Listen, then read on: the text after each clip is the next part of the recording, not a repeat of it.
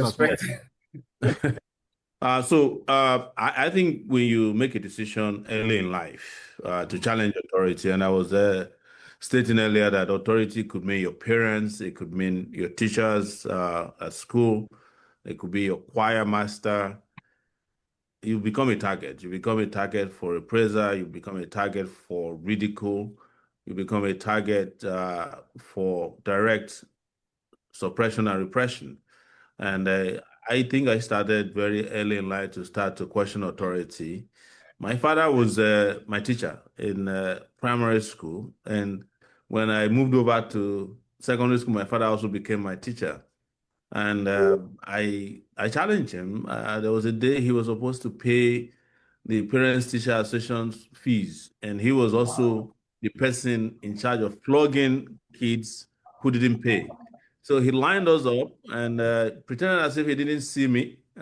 He was flogging everybody when it was my turn.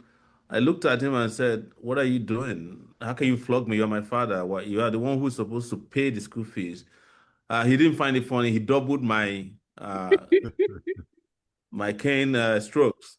But I've always had that streak in me because I experienced police repression, and I've spoken about this very to many people early in life in Nigeria when I was about 9 to 10 years old in 1980.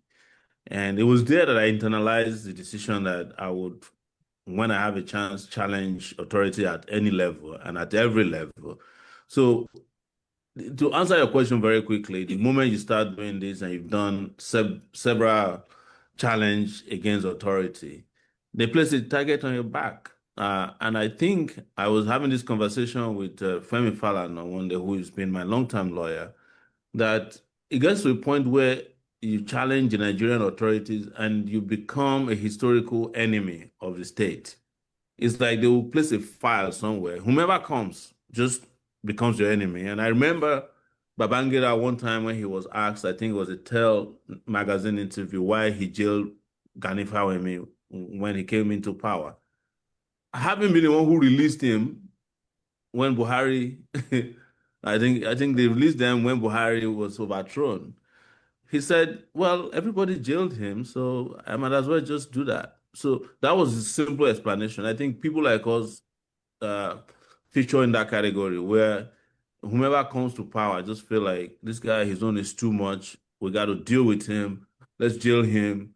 Let's hand his ass to mosquito. Like Fela used to say, beat him up, rough him up. The goal, of course, is to ensure that you don't do to their own regime what you Mm, mm, mm, to do to the last regime. Whether you have Farouk Perogi, who is writing Sowore, who challenge them by creating the worst in their mind newspaper online that expose them. Um, they place the target on your back. And I want to say also that in my recent brush with the law or authorities in Nigeria, I have come to find out that the unforgivable sin, they've sinned against what they call the sin against the Holy Spirit, right?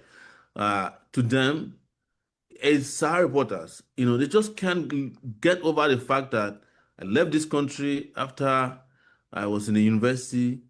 They should have killed me in the university, but they didn't. We didn't allow you to graduate. You graduated. We didn't give you NYC certificate so that you won't find a job. You left the country because now you came back and you don't have. You got to the US, went and obtained your masters, and then you created, in their view, what is a nuclear bomb mm, against corruption, which is their lifestyle, which is Sahara reporters. So everywhere I get to these days, it's always, oh, Sahara reporters did this against me. The IGP told the officer he told to arrest me last time that I wrote a story against him when he was a small officer at the police college. So that he has not forgiven me from that. The guy who he sent to meet me and mm, interrogate me, who ruffled me up the next morning, Akin Fakorede said, "Oh, when I was in River State with Amechi and we are fighting against Wike, you were always writing something against us, against me. I still have a whole file, but That's not the reason why this, is because this time around you committed cyber crime. So I'm just giving you that my crime went from being physical to becoming a digital historical crime against them. And I think it's because in the past, when we started the fight against them, appear in newspapers. Anybody who doesn't go to the library can find the newspaper. But now there's archives and archives of stories of corruption against them. And this can be read by anybody. There are people who we wrote stories against. They didn't have kids 19 years ago. Their kids are now going to university and they go and Google their father's name. So their father is a thief. They get Mm, home and say, Daddy, you didn't tell me you're a thief. They said, mm, where did you find the Sahara reporters? mm, Okay. If I catch Sowore one day, I'll deal with him. So in addition to the fact that you're still challenging authorities, you're fighting for workers, you're fighting for the rights of students, you're fighting for the rights of lecturers. These are struggles that they thought had disappeared completely. And then we came and reignited that. And then you start breeding all these younger, revolutionary young people who are challenging authority. So I just think this is broadly the reason why you see them all over me. And anybody who thinks this is going to go away, just know that you are probably you don't understand the nature of power. But it's also mm, important to tell you that they have diversified, how to deal with people like me. It has not become state and non-state actors. The state, of course, the police, the army, the DSS, whomever they can use. But they now also have non-state actors. Those are the ones that they instigate from time to time to organize protests against you. The people that they pay massively to troll you on social media. Those things are very well organized, well paid for. Go out there and target Sowore, lie against him, and convince people that he's not who he said he is. Those are non-state actors. Some of them are also state actors, but they fall in the non-state actors category that most people didn't know in the past. But I know all these things, and I just think I need to explain that to everybody mm, that the crime against them has become historical, and the mm, struggle is most probably going to last me my lifetime. mm. I know, yeah, great points there. And of course, Sahara Reporters, as we know, is offshore. So they can't intimidate and they can't shut it down. They can't intimidate people there. And so it's a nightmare for them. I've been part of some of the stories that been following those stories for a very long time. Yes. So what you just said about these non-state actors got me thinking. All these years, you've been engaged in all this struggle on behalf of the Nigerian people. But a lot of people that started this struggle with you quit, gave up, were discouraged. And if you ask them, and I've asked some of them, the main reason that they give is that Nigerians don't appreciate them, that Nigerians don't appreciate what they are doing, and that in fact, some Nigerians, not only do they not appreciate them, but some Nigerians stand in the way. They stand in the way of what they are doing. Some Nigerians who potentially could benefit from this struggle are the ones sabotaging them, actively working against them. And that as they are human beings, and it can be discouraging, it can be dispiriting. But for whatever reason, you don't seem to be faced by that. So what is keeping you going, in spite of the fact that it seems like Nigerians themselves, when they look at you, I've had conversations, sometimes heated conversations, I must confess, about you with some people, some of my interlocutors, and I've had to defend you with everything I've got. And I said, but these are citizens, regular citizens. Some of them are not even affiliated with the government. So, and you are doing something that I see as something that could potentially benefit them. So this level of ingratitude or lack of appreciation doesn't seem to phase you. Why? Well, I think um, anybody who is engaging in a struggle at the scale that I've been involved with it must have thought it out well that it's a thankless job. I knew it long time ago. I found out that it's a thankless job when we were first expelled at the University of Lagos in 1992 by the Vice Chancellor and Babangida. And we had done the Babangida Must Go protests in 1992, and we were all attacked, and the university was closed down. They came and forced us out, arrested some people, Mayegun, and then they picked Beko and the rest of them outside. And when we when the protest was very harsh, the Babangida regime actually released what this thing they call palliatives now. He started it. Started donating buses to the NLC, increase in allowances for police and all that. And I remember being arrested and going to police.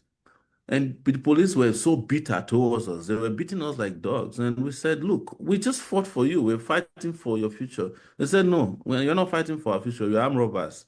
We are trying, then later they said we're trying to overthrow the government. So I then thought that when we applied to the justice system, the Lagos High Court, to ask the university to reverse our expulsion, we will get a judge who says, look, we saw you fighting for democracy. But the judge was lampooning us, one Justice Kashington, and saying that, in fact, if he has his way, he will shave all of our heads and he will flog us. But at any rate, as a judge, is not allowed to do that. But if we want to get readmitted to the university, we should forget about using his court to reverse our admission, our expulsion. He will take us to the vice chancellor on Friday in the mosque, at the National Mosque in Lagos then, or the Central Mosque in Lagos. We'll go and prostrate and beg in front of the chief imam of Lagos. And we said, what? It was the first shock I had from the judiciary. So he never granted us an ex parte motion we applied for to get back to school. He was just lampooning us. So we stopped going. When they reopened the school, we met at Becker's house or office, or the office of the Campaign for Democracy in those days, number 8 in Maria Street. And I told the guys, I said, why are you guys wasting your time? Let's mobilize all the students. When we get back, we shut down the school. If they reopen the school and the classes are not happening, this university we know we are not playing. And that's what we did, and that's how we were reabsorbed back on campus. But even as we were reabsorbed back on campus, those of us who led the struggle were discriminated against by some students. They kept saying, oh, those, they call us layabouts, Aluta people. They don't want us to graduate, so don't vote for them. So I won the student union election barely. I remember I won by 888 votes. And the guy who was next to me almost defeated me. His name is Bodunde. He was an SU guy, what they call the Scripture Union guy, Believers Love Word. He almost defeated me, and he was opposed to protest. So we won, and then every other thing that happened after then was one ungratefulness to the other. Not at least, when you're on campus, you expect students who would understand the system better. To the point that I was almost killed by students in 1994, student cultists. And I Yeah. was fighting to ensure court guys don't kill the student. In fact, throughout my tenure at the University of Lagos, no cultist was able to kill a student. There was a day I had to go and collect a grenade from a guy who wanted to come and bomb the campus. They wanted to bomb a cult meeting, and we heard about it. We got the grenade from him, took it to the police. The police released him the next day. We saw him on campus. We ran to the police station at Sabo. Why did you release this guy? He said it's a smoke, it's a smoke bomb, it's not a grenade. Oh, wow. We said, so there's a difference between a grenade and a smoke bomb. We said, yes, if you had unleashed it or not, you just have released smoke on campus. But this was a high profile grenade that could have killed students. But it was because the students were complacent, and a lot of students were complicit. So what I'm trying to say is that, having found out early in life that this is an ungrateful job, I started studying the life of others who do this ungrateful work. Nelson Mandela, Martin Luther King, how they ended their lives. And I remember in reading Nelson Mandela's work, and also reading works of, even books written by people as he was in detention for 27 years. There was a time that South Africa forgot about him. And you could find that if you read the book by this comedian from South Africa, Noah. He's the one who was doing the show in the US. I forgot his name. Yes, Noah. Trevor Noah. Trevor Noah, yeah. You read his autobiography. You know that he was born at the time that South Africa did not know who Mandela was. So, but to us in Nigeria, we thought Mandela was in the heart of South Africans on a daily basis. There was a whole generation that didn't know about Mandela. It wasn't until he was then released that they said, oh, or maybe something just happened someday, and they said, oh, there's a guy called Mandela in prison. Oh, really? And everybody started struggling for it. Of course, it was an international struggle. I'm giving all this background so that you know that at the point I had to also introspectively look into the lives of other people who have done this thankless job before. But I realized long time ago that it's a thankless job. That I'm doing this. I'm not hoping that anybody will come and care about me.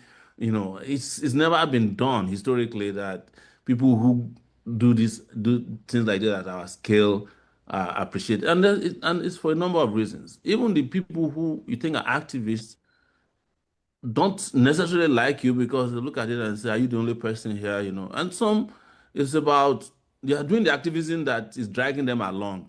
They don't want to do critical activism. They don't want to be all that in the face, especially with the whole civil society dimension to activism, where you bring your own activism that doesn't conform with the textbook activism that they have been told is the one that works. They hate you for it. And I say this because there was a day I was at the DSS when I was detained in 2019. And then there was a press conference by CSOs, and I was watching it because I came to pick food between 4 and 5 p.m.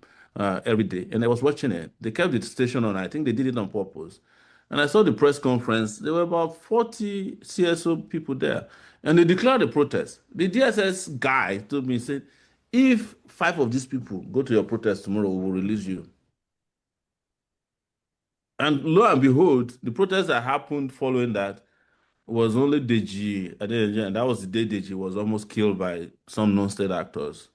And then they released me a few days later. No, and I think I was released the day after, not because of the protest, because there had been another protest in front of the DSS that DSS brutalized some activists and CSO working together, but because the American ambassador came to Nigeria, the new one at that time, went to see Buhari and presented to Buhari a demand by the senator of my part of the world in New Jersey, Menendez, who has now been jailed for corruption, and the House of Rep member Gottheimer. And they said if Sowore was released, there was a 300 million naira they wanted to release to the Nigerian government, which was process of corruption from Abacha or Bagudu, and they won't release it. And when Buhari saw that $300 million was going to be held up because of me, they said he lied. He said, no, is that guy still in detention? Go and call everybody. And they called everybody, and that was when they came to detention to ask me to leave. So I'm just explaining all these things to you. I know it might be all over the place, but again, it comes back to the fact that anybody who's going to be doing this don't have any expectations. None whatsoever. I don't think that anybody loves you. And those people who then go and join the government are people who have expectations. They have expectations that, people will be throwing flowers at them and roses, and there will be red carpet. The moment the red carpet don't come, they go and join government. But there are also those who genuinely feel that it's not worth it to die for Nigerians. Because yes, there are human beings in other parts of the world, and they have these attributes. But the attributes of Nigerians as a people, they are special. We have to say that. Nigerians are people who largely are in love with their oppressors, either by way, I don't know whether it is a culture or it is just complicity or just these years of, they've beaten them down so well that they don't know any other thing than to just celebrate the person who somehow has succeeded in beating them down the most. And they will steal from them. You bring out the information, they will still go back and fit these people. I remember Ibori when he came back from detention. After we worked on his corruption case, Everybody in Nigeria was waiting for Ibori from London. You think that he went and picked up the Nobel Prize and he was returning home. The biggest priests were waiting for him. Everybody was there to welcome him. They were fighting, police, DSS. Everybody was fighting to be noticed by him when he came. That's the nature of Nigeria, at least Nigeria of today. So it is those things that make some people just look at it and say, they just look at time and say, how many years I have to live on earth?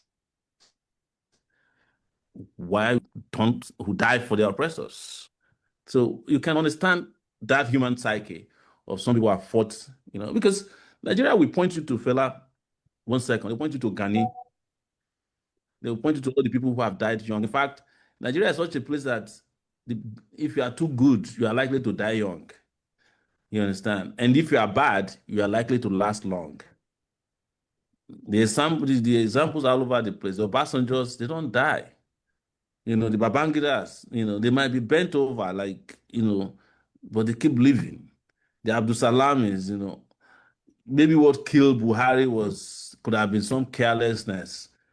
But, even his people said he lived longer than they expected. So, because Nigeria has a way of prolonging the life of bad people and destroying and reducing the life of good people. That has been our experience, at least on a political space. Can I ask a follow-up question on that, Moses? Go ahead, please. The first time I met Sowore was in 1994. And he described that incident. That was at Unilag. Yes. He was in a protest against secret cult guys. Yes. And I recall being fazed. I was like, that was very dangerous. How could you do that?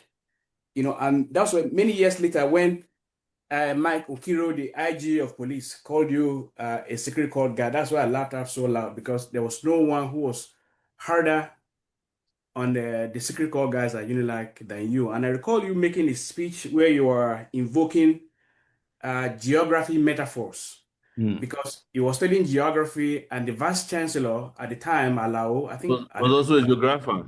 was a geographer. So you're making reference. You say that Alao could relate to this metaphor because it was a geography metaphor, and those secret cult guys were almost half naked, and you were parading them on the campus. Yes. That's one incident. And then the other one, I recall what it was. I don't recall what it was, but you were injected with poison. That was when I was attacked by them. Okay. I think maybe that was shortly after that attack. Yeah. Yeah. So, and then there have been several. In my book, I recorded an instance. I think that was during the about IBB must go thing, where almost everyone was shot dead except you and maybe one other person. So you have had this close. Oh, that was the day Abacha was passing the Ikorodu Road, and they just opened fire on everybody on the Ikorodu Road during the years. Yes. Yes. So you've had these close shifts with death, and on a human interest level, you have your mom, your brother died a few years ago, and I watched a video of you, I think a few days ago, which I shared with my colleagues, where you're talking about your mom having suffered a stroke. Yeah, 5 years ago. Something as a consequence. So I'm asking, are there no moments when you tell yourself, look, I'm not just endangering my life, I'm endangering the life of people who are very dear to me, your mom, your brothers, and maybe you are tempted to give up and say, look, this is an unsalvageable situation. And then the second one to that is, what do you say to people who say this guy has a death wish, that sort of thing? You see death, you confront it frontally, you survive, but most other people would have said, well, that was close. I won't do that again. I won't go back. But you keep going. What is it that, so these two things, don't you have concerns about, your loved ones, your parents, and then what is it that pushes you to do it in spite of all of these close shifts with death? During Buhari's time, when you were injected, I saw that video. I really was on that case because that was the moment I really, really came close to thinking that we're going to lose you. And I got very emotional and was really into publicizing it, including in so many other things. So I yield to you to respond to Well, this. it comes back to this connection with the struggle from the beginning, earlier times in life, and how I view oppression and how I view my role in ending oppression. Uh, and I think over time, you continue to build on whatever it is that's pushing you because of conviction. And my own conviction is that, look, you live in a society where things could be working. And I had a reverse experience. When I mean reverse experience, that when I traveled to the US, naturally everybody who traveled to the US just want to stay there and enjoy life, right? But the way I saw the US is, oh my God, look at how people built this place, And I'm looking at the people who made it happen, the slaves who were brought, who built all those great places, the guys who had to die for civil rights. That's how I think. To the point that one of the first places I traveled to, almost by accident, in the US when I arrived freshly, was to Selma, Alabama, where I'd met this young lady who was telling me about the Petra Bridge or so that Martin Luther King came. And I fell in love with the place, even though the place looks like Oshodi. It was the poorest part of US, Alabama. They still like hang their clothes on the lines like we do back home, and they still do like old time farming and all that. But I fell in love with the place. I was always thinking that, oh, look at it. Maybe we could just make our country good like this. Like, I want to ride on a road that's free, great, that has electricity. So when everybody was looking at US and like, oh my God, this is this is God's own country. I realized that the people of the US don't call their country God's own country, by the way, because they know it's too much hand of the devil in the place for them to call it a God's own country. So, but I was looking at it from the point of what is it I can learn and experience and bring home. And there was also a part of me that was guilt when I had traveled to the US. I always felt like I abandoned the struggle. I remember when I had the chance to return back to Nigeria in 2003. I was just in a hurry. Most of you would have experienced this, to see all our old friends and activists, where I did now. I was so disappointed. Nobody was doing activism anymore. In fact, a friend of mine called me and said, don't carry that thing you took away, because Nigeria is a better place now. Nobody has time for all this. We don't go and criticize government. It was the time the Obasanjo regime was still lying to people. I think Bola Ige was minister of power. They went and cranked up electricity just to impress people, and everything fell apart eventually. But no, I didn't find an iota of activism anymore. I went to the CLO. Nobody was talking activism anymore. There was OPC, and I saw Dr. Fashion protesting for Obasanjo second term in front at Toyota. And I went to a June 12th event. Everybody was trying to support Obasanjo. I was heartbroken. So I had to return to the US. So it was when I returned to the US that the idea of I got a job at the Cali charity in 2005, I think, or 2004, after I returned to Nigeria. And by 2006, the idea of a website has been building in my head. And you guys know that I met a Lendu report. But before Lendu, I was writing, I was a greeter for The Guardian on weekends. But the guy called me one day and said, after I interviewed Kanu, this Ojus or Kanu, where he told me that Obasanjo is a criminal, and I published it, and Kanu on national TV was denying it, that I lied, that I made up the story. He doesn't know who Sowore is. And I was in the country, so I had to leave. I said, these people, this country has changed. It's been taken over by criminals. So, but I met a Lendu, we did a Lendu for a while, and then started doing um, Sahara Reporters after that, and it worked very well. Most people don't know, but some of you here, Farouk, Moses, all of us were part of the shadow board of Sahara Reporters, just working on a lot of ideas and reporting on how to sustain reports, because these things that are happening now started happening to us first, but it wasn't on Twitter or Facebook. There used to be all these Yahoo groups of Nigerians where they will come and lie about you. You know, they will say this report is not true. They will say you are making it up. Then we migrated to Nigeria Village Square. I'm sure John was there. And Yeah. I struggled to put my story there. And then the owner will yank it off and say, no, I don't. Then later, he later confessed that he was relatives to some of the people we were writing about. But that's the question. That's the story for another day. But to come back to your question, so I don't look like I completely digress. Sometimes I feel like it's unfair to, to my relatives, what they go through. I think I've made up my own mind that, Kesera, Sarah, whatever will be. But to have your brother killed and in a way that you can't explain, of course, breaks. My mom had stroke the day the DSS came and abducted me in court. She was at CNN granting an interview. She finished the interview, according to my brothers. And then as they were thanking, they were saying to her, your son has been released. Right there, one of my younger ones whispered into her ears and said he's been rearrested. And they said that was the last time they saw her, a normal person.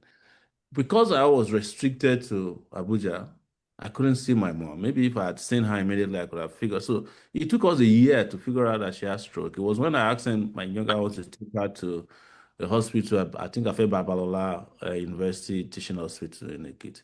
They did a scan on her head and discovered that she had stroke for a whole year. At that time, it was almost too late to start to rectify. She's completely paralyzed now. She can't talk. She doesn't recognize us anymore, but she's just there. So, and then you look at it and say, I have wife, I have kids, I left my children when my daughter was 13. She got into college 2 weeks ago. I was supposed to accompany her to college. I wasn't there. I was supposed to be on her day of graduation. They had seized my passport again since January. So I'm supposed to take because I only spent some 8 months with them in 2024. I don't think it was even 8 months. I was still returning to Nigeria to answer to some other charges because I didn't want to get the impression that I've disappeared, I've absconded. So I'm stuck here again since December of 2024. And then I'm getting rearrested again. They're jumping into my cell, to torture me again. Things that you would think will not happen again in Nigeria. You are finding DSS writing to Facebook, Twitter to take down your account.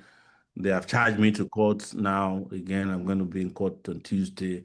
As we speak, they have another plot completely that was unraveled to me today. How, and you of course know what the landlord in Abuja is doing, doing everything they can to just blackball me into out of existence. And I'm sure they will take whatever next steps they can when if they find the opportunity presentable. So so I would say I feel more of guilt, that and sometimes the kind of guilt that makes you feel like, oh, maybe you are not as responsible as you should be. But there's always something that I look at, which is the other side of it, that, maybe somebody has to do this. And maybe this is a privilege. I should take this as a privilege that I'm able to even do anything for a country of 200 million people, that I can stop a guy going to jail. If I wasn't there, maybe he would be forgotten in jail. I can stop maybe a local official from stealing everything that belongs to everybody, even though they will steal it again. So there's also a point of privilege that you look at it. And sometimes it's just about, you look at it. So that's the part of me that probably, even though I'm non-religious, that's religious. I said to myself, maybe, my father didn't make a mistake naming me Stephen, that I just came here to come and tell these people the truth. Maybe one day they just kill me. I don't know, but it's deeper than that sometimes. So, but it's just how I have processed this broadly. Yeah. And I know that if they've had their way, they would have killed me a long time ago. I don't have any doubt that the idea of killing Sowore has crossed so many of them, it crossed the mind of so many of these guys, I know how they think, and you can tell the way they react to you sometimes, that the only option, they're close to that option. So but it's an unraveling too, that, I just find myself to be a lucky person that I can unravel a lot of things in my society. And sometimes I look at it and say, what if all of these I'm not an activist and I still go to jail anyways? You know, there are people who go to jail for committing no crime, and you don't even get to hear about them. You don't get to know about them. They didn't fight anybody. And then you look at it and say you could have died too. People die every day in this country. People die in accidents. There are buses that plunge into the river on our roads and nobody even tried to rescue. Nobody even tried to they just look at it and see, I might be exaggerating, but we have times that buses are full of people just plunge into the river. Nobody even tried to rescue anybody. They just wish them well. So anything could potentially kill you in Nigeria. Anything could also potentially kill you in America. Um, I was saying to myself when COVID was around, that maybe if I was in the US, knowing me, I would be all over the place. Maybe who knows? I could have got COVID, when it was potentially very deadly. Anything can happen to anybody. So that's how I see life. But if I have an opportunity, I would apologize to my family members, especially who see the burden, because sometimes I put myself in their position that if I was my wife, for instance, and every time I get the Facebook notification is, oh, they're about to kill this guy. I don't know if it's something I can handle too well. I will care about it, because as a father of a child, and sometimes she has to watch some of those things live at 4 a.m., 2 a.m., and, so it's a lot, I have to admit. And then you have children who I know their father is not there. It's all of it is tough. I have to give it to the family side that they've done fantastically well. I mean, look at the other day, I get a call, like, oh, they have put your child's school on the internet. I was going to ask Yeah. that. And what do we do? They had to contact the police for protection, because that might be a signal that they want to target the boy. I don't even doubt that they can do it, but we're lucky that. So assuming that my children are here with me in Nigeria, imagine what these guys could have done. So because when you're fighting this kind of level of struggle, they don't even have boundaries.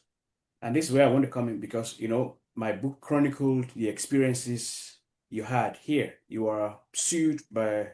several government officials in the US, and the cases were, thrown away. But before that, there were all kinds of tactics to discredit you, which Yes. Moses wrote about once, where they looked at all of the places you had rented and said they were the houses you bought, Houses that I owned, yes, yes, that you yes. owned, and including hostels, student Yeah. dorm, Columbia and University. we exposed it and became a subject of laughter. But now there's a new reiteration of that same tactic that I'm seeing from government officials, and that's what led to your son being Yes. exposed. And and there's also it seems to me, the cultural position that whatever your children have, whatever your wife has to always be from you. You don't have a wife who works in a high profile job that also gets, that has sufficient resources to support whatever you do. But it's a tactic you're already used to. But I don't know if you want to address some of the issues that came up about. So I have I was mentioning when we started that there are state and non-state actors Yeah. involved. One of the tactics that they started using very early was not only to discredit you, but to discredit you to those who might be supporting you. So, for instance, a lot of these American support groups that we have for Sahara reporters, they hate lawsuits. Everybody who lives in America know nobody likes lawsuits. And under Jonathan, Reno Mockery started getting lawyers to threaten. He didn't threaten Sahara. He knew he couldn't sue Sahara reporters. He never did. He would never try it. But he started threatening to sue Ford Foundation and I think Omidyar Foundation. And they were alarmed. In fact, Ford Foundation in 2015 stopped funding Sahara reporters because of threats of lawsuits. But not only were they doing that, they were also online blackmailing them that in supporting Sahara reporters, they were supporting terrorism in Nigeria. Then they engage in a lot of slaps. These are strategic lawsuits against public participation. That's what they're called in the US.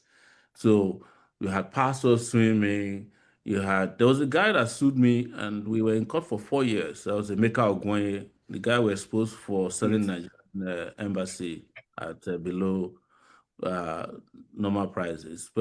And had it been that the work we were doing wasn't legit, they would have bankrupted Sahara reporters and myself as far back as 2009.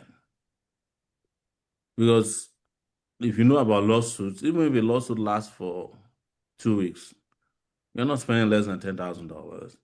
But I was lucky that a lot of those lawsuits, I was able to get big law firms that were doing pro bono work, some of them to write off their taxes. And we got people who were in touch with them, who were in love with Sahara reporters' work. So we were able to get lawyers across boards who did pro bono work for Sahara reporters. And I think we went through about 6 lawsuits, including the last one that was dismissed. They had actually, that was the woman Lillian Ono, who used to be an ambassador to Namibia.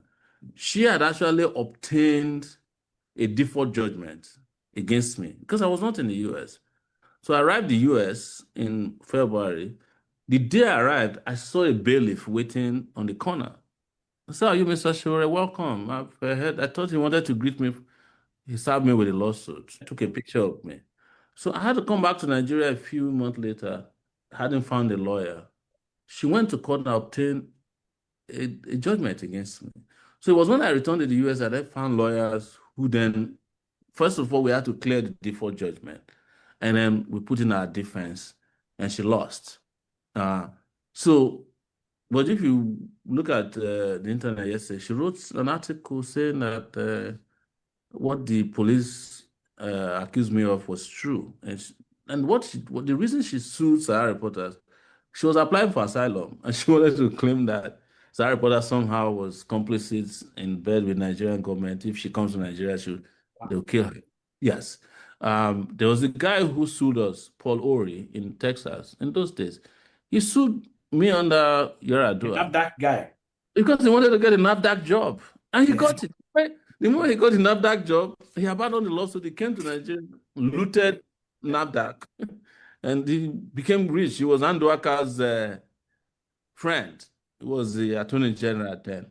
There was a guy in New York who was a Deeper Life pastor. He sued me, but unluckily for him, he had gotten other issues. He had gotten involved in other issues. Those ones had some connection with the police. Got him arrested. I think maybe now he's out of jail.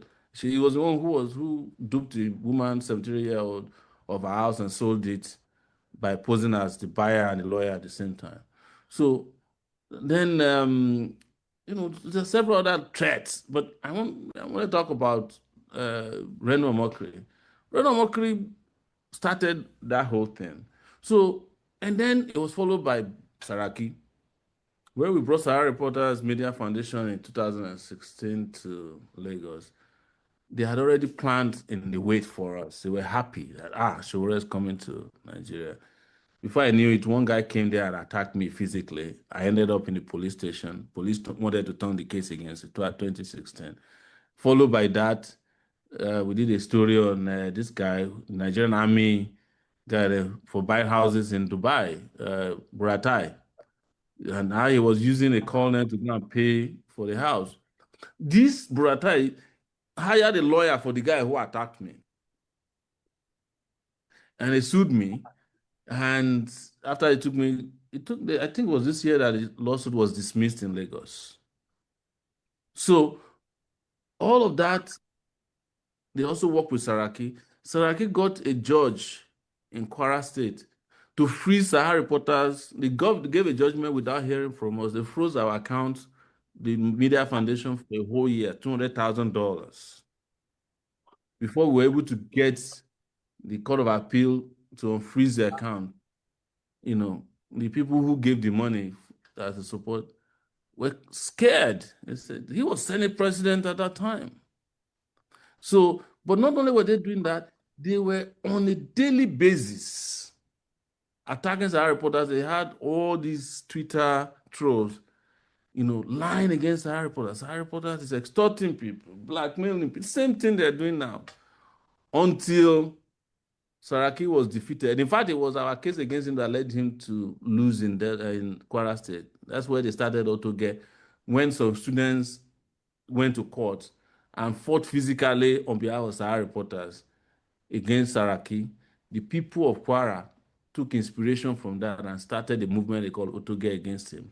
That was what got rid of Saraki in Kwara politics, Sahara reporters. But he had done the damage at that point. So to just wrap it up quickly there, they do all kinds of things. They mix it all together, it's a whole strategy and it's well funded. Even some of the people on the obedience side, they do that.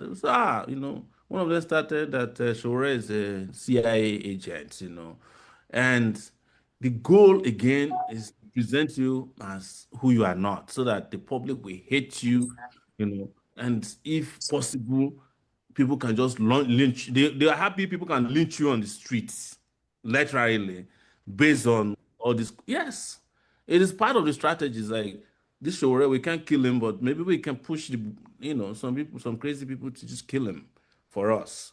Because if someone says to the world that, oh, you are CIA agent, there's the likelihood that somebody who is patriotic might say, oh, Sowore is here to destabilize the country on behalf of the CIA. And I was asking myself, maybe I should call the CIA to be sending my checks because, yeah. So, but it's part of the strategy, people will just cook up lies against you. And you guys, interestingly, were there at the early stages of Sahara Reporters, and you know what we went through in those days. In fact, a part of the reason we decided not to use bylines was all this. And it was one of the best decisions we made. And the reason we couldn't have what we could technically call a board, because if we had any board member, they can't reach Sowore, they'll reach the board member. One day the board member will say, Sowore, I'm tired of this. Maybe they'll go and burn his house. Or they would have sued other board members. And the legal impact, I mean, the cost of defending themselves, they will never, never want to be part of this anymore. That's why we had a lean operation from the beginning, so that we narrowed their targets. And at the end of the day, the target narrowed to me. And that's just coming from left, right, and center. But there are several other things. As we speak, there are over probably 15 lawsuits at the FCT court alone against our reporters. I think there's some lawsuits. These days, they just don't even serve us the proceedings anymore. They just go to court and have it. There was a senior advocate of Nigeria, Yusuf Ali, who won a case at the FCT court against our reporters. And he claimed that we were served on Twitter. And the judge gave a judgment on him. This Justice Kekemeke. And the judge was raking in the court as if, turns out, he had a problem with me. He's 15 minutes from my village in Ondo State. So we had done a story about somebody from their village who was involved in this airpiece saga. And so they hold that against, and they said there was a story written about the wife of that same person, and it prevented her from becoming a judge. So he held that against me and allowed somebody to serve Sahara reporters on Twitter. There's no even evidence that I saw the, the they created a Twitter account they call, I forget, Twitter bailiff. And they started using it to serve the proceedings of, and they were sending it to the court as evidence of service. So it's so many, like if I were to write a book, I'll write a book separately about my life and I'll write one for Sahara reporters, Yep. and because it will not make sense to combine those two things together at all. Yes. Moses, you are muted. It looks like you are talking, but I can't hear you. It doesn't show you are muted, but I can't. Uh-oh. I can't hear Moses, but he's talking. But can you guys hear me? Yeah, I can hear you well. Yeah. Okay. I can hear you, but I can't hear Moses, though. Me too, I can't hear Moses. Yes. Maybe Osman, I can don't you know. hear Moses? Can Yeah, you hear me now? Oh, Yeah. yeah. Okay. Yes, we can hear you. So I was going to say that in the US, they say they are throwing a lot of things on the wall to see which one will stick. Yes. Yeah. I like what you said about little victories, though, Sowore. These little victories. Somebody has been languishing in jail for 3 months somewhere in one little corner, has been forgotten about. You go there, you intervene because of your profile. They are scared and they release him. There's so many cases like that. Somebody is being oppressed, the family is being ejected unlawfully somewhere, and they have nowhere to go. You go there, you leave whatever you are doing, you go there, you fight for them, you give them a voice, and somehow they get justice in that little way. So these are little small victories, and I think that as you were speaking, I was thinking we're about not it. here to count victories because the battle is not even over. Yeah. For example, I fought for policemen in this country. I fought for people I hate, and I don't lie about it. I don't like the police. Yeah. After we had that struggle, 29,000 policemen who had not been promoted for 8 years were promoted. One fell through. And some senior officers that had been there who refused to leave, we forced them out. But do you know who they targeted? Me. They went and charged me again afresh for mutiny. They claimed that I was inciting policemen to mutiny. But I'm happy that I can do that for policemen. I can do something that important for policemen that I don't even like, because this is the job of an activist, is to speak up for anybody without regards to race, orientation, ethnicity, or their job, which is we just stand up for whomever can stand up for themselves. If you want to count victories, we can count democracy as our victory. It's big that at young age we confronted the military and we brought about democracy. But the Nigerian democracy you have today is not the type that you can go and hang on the wall. I mean, tell people that I fought for this democracy. If I tell my children that I'm the one who fought for all these crazy people, say that there's something wrong with you. So I want Dr. Osman to come in. I want to bring Osman in, but I just want to say one little thing before Osman comes in. As you were speaking earlier about what keeps you going and what inspires you, this thing is, we've been fighting this struggle for so long, for decades. If only there were concrete changes that we could point to in Nigeria, improvements, then maybe that can inspire you, no matter how little.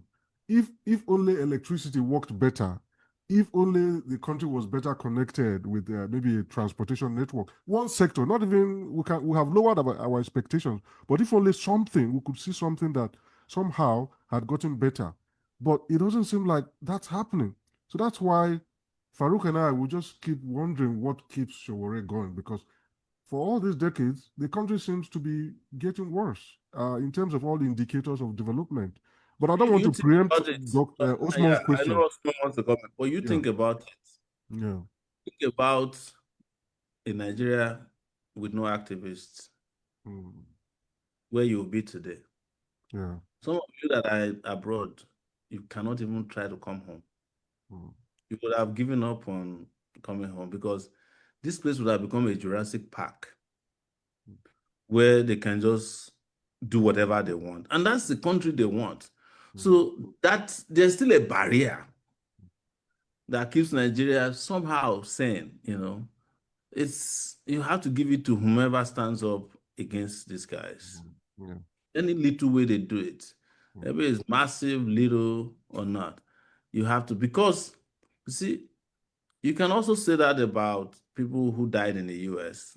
You can say that about Malcolm X, that at the time he was killed, there hasn't been much achievement, right? Yeah, By the time that's Martin true. Luther King died, sanitation workers were still fighting for minimum wage. So, and he didn't achieve that, even though they tried their best. So, but I think there's a lesson to learn from there that maybe also we must look at, we might be able to look at it and say maybe it's inspiring people to speak up more. Yeah. Maybe this will bring about a new generation of Nigeria. Yeah. The operating word is maybe. Yeah, So let's take Osman, please. Osman, yes, please come in. Yes, thank you guys so much. I have to apologize. It's almost like the whole universe conspired to make sure I'm not part of the show. But I swear that I must make it happen. So I apologize because I'm using my cell phone. Yeah, the laptop just wouldn't connect. But anyway, I think I join others in thanking you, Sowore, for gracing this show. We know you're a hot commodity, so having to corner it's not a mean feat. But so I think a few months ago, I wrote some glowing tributes about you. Somebody called it a hagiography. I think Chidi Odink had made it go viral. And I was so mad because I was expecting you to call me and maybe send me some of those money you make in Sahara Reporters as a thank you, but it never happened. So I threatened to join the obedience in dragging you down. But some council of elders called me and said, okay, I shouldn't do that. So I piped down. But anyway, I want to thank you. I think I'll be saying the mind of most Nigerians when I say that we are in awe of your extraordinary courage. You could have easily joined the bandwagon of politicians we have in Abuja, live in gilded mansions, and live happily thereafter. But that's not the life you chose. You chose to be the man in the arena. And for that, you've been typhoon blasted. Yeah. But I'm going to pivot a little bit. There was a time you showed up at Dr. Damage's show, and we had some kind of discussion. It's something along that line. Now, there is Omoyele Sowore, the activist, which everybody knows. And then there is other part of you that is a politician. So as an activist, nobody needs to recount what you've done. I think it's common knowledge. I see you, as many others, as somebody who is in the arena to sensitize the conscience of a nation that is deep in trouble. Whether it's your campaign, whether it's everything else you do every day. You talked about your work with the police and the rest of them. It's a testament to extraordinary courage. So I'll say that you've done so wonderfully well, and we continue to thank you for your service. Now, there is the part of you about being a politician, which maybe I could say that you haven't been that successful. You've contested for the nation's top judge. I think it's twice. You didn't really make much dent. It was more like you were just there on the scene. And a big part of it, I believe, is the fact that you've been fighting everybody. You just don't fight those in government. You've always been in this fight. And part of being a successful politician is that you have to know how to build coalition. because in a generation, I don't know how many Sowores we can have. And if at the end of the day, your activism doesn't translate to the bigger picture, I mean, we've already achieved a lot, like we've mentioned. But I think at the end of the day, what if we're going to be able to make the desired changes? It has to be that this activism transitions to coalition building, to the fact that we can now effectively change the status quo. Otherwise, we'll be able to make some little gains, but to get the big picture of actually changing the leadership in Nigeria, as a politician, you have to know how to build bridges. And that doesn't mean to say that you have to look for angels to do that. Because I don't think, even America here, I don't believe that politicians are angels. But there's also playing the fox to be able to catch the fox. And I don't mean that you have to be a corrupt Nigerian to do that, but you have to find a way. We believe that you have to find a way of, building that critical mass of people who, even though they don't buy into your ideology 100%, will be able to make that mass to be able to actually take a big bite on the status quo and maybe change it. Otherwise, it will just be I don't want to say all noise, but it would just be at the end of the day, the overriding picture, the overriding goal that you should emanate, that you should lead this movement to be able to achieve something, will just be shot. Let me not push it too much, but I would like you to, dwell in terms of what you're going to do or what you plan to do. Do you plan to pivot and at least make a tweak modus operandi? Well, thank you very Thank much you. for your submission. I know exactly where you're coming from. I know where you're headed. So these questions come to me all the time. And I live, interestingly, in the midst of the people you are referring to. I live these days in Abuja by court order. So I get to see them. I pass their houses. Most of the time, I see them at conferences, and I can tell you that the number of Nigerians who are not politically active are 3 times more than the number of Nigerians who are politically active. What I'm saying is that there are 83 million registered voters, if you want to believe in INEC register, and only about 25 million of them voted or has ever voted in the history of this country. The last election, there were even less voters. You can see that from the records of the winners. But the question to ask you is that, have you suddenly started to believe in INEC figures for you to say categorically that I didn't make a dent in the last election or the last 2 elections?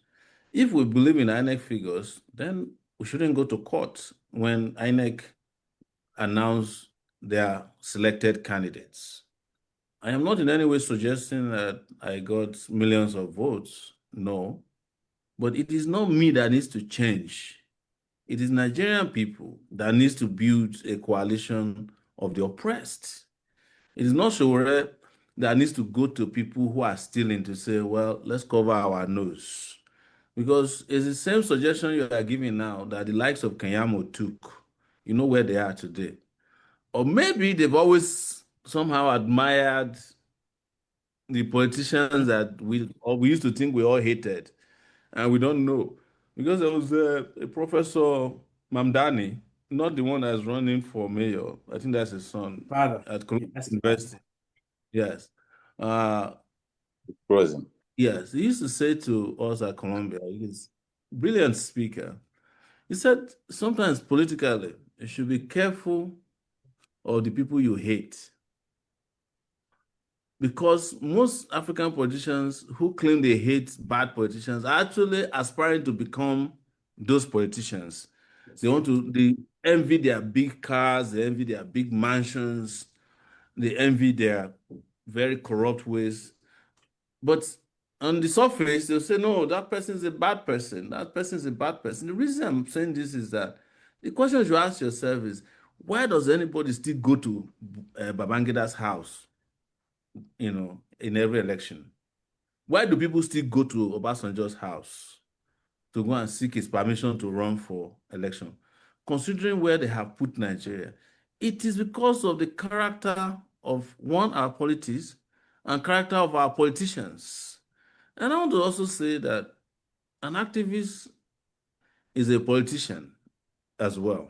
In fact, I have been part of every political act in this country, but I didn't join the political scene until 2018. But there's no political era that I wasn't a major part of. I was part of the people that fought for June 12th. I was part of the people that fought against Totem. All of us that are here were part of the people that fought against Yaradua's family. They call it Yaradua Cabal, so that Jonathan could become the acting president. We are the people who were there saying that Nigeria has had democracy, must now have a party-to-party transition. All of us, there's none of these things you mentioned today in the last 20 years, or let's say the last 30 years, that I haven't been part of. But I didn't join partisan politics until 2018. And when I came to Nigeria to join partisan politics, I couldn't find a political party to join, even though there were 79 political parties. We had to go underground to form our own party to have a chance at all to partake in it. Because all the 78 political parties were demanding for monies that I could never have made my entire life. They were saying that if I want to be part of them, I have to stop abusing or insulting traditional rulers, religious leaders. They gave all those conditions, and that I cannot. One of the conditions, interestingly, was that for me to be their presidential candidate, we must go to Babangida first, we must go to Obasanjo first, and certain political big figures. So there is nothing to celebrate in these coalitions or building bridges. The people you are talking about who you want to build bridges with, they are the ones who destroyed every bridge in this country, literally. They don't believe in building bridges, except they have to build that bridge over your ambition. That's the only way they can work with you. And it is not as if we have not tried. Don't let anybody deceive you.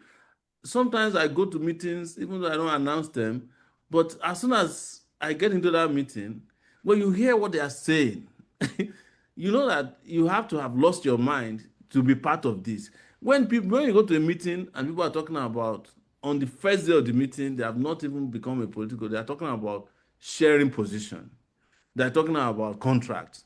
How do I fit into those kind of places? It's not possible. So there are things that are practically impossible.